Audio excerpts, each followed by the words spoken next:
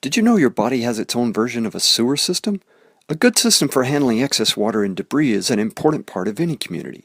It helps take away contaminated substances that might harm us. Engineers have designed great systems of pumps and pipes to help our sewage systems do these important jobs.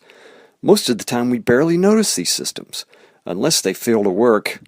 PU!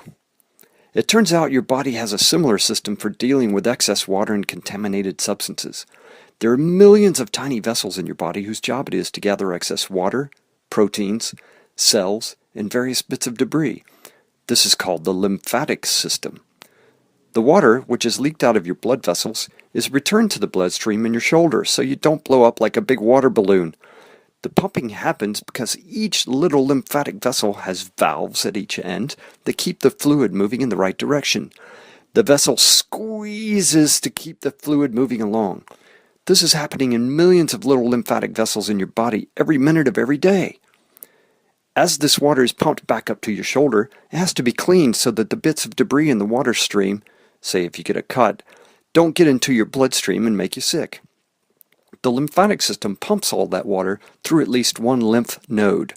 These are like tiny water treatment plants where specialized immune cells recognize and destroy the foreign debris. Voila!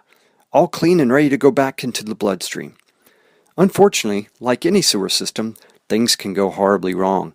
Sometimes we get infections that cause the pumping to break down. This can cause your arms or legs to swell to huge proportions. That's a disease called lymphedema, and it is no laughing matter. Sometimes the debris or other bad substances can make it past lymph nodes. Sometimes cancer cells do this and spread the cancer to other parts of the body. Bad news. For now, we wish you all the best for your lymphatic health, which you can help maintain by drinking lots of water and exercising. Keep on pumping.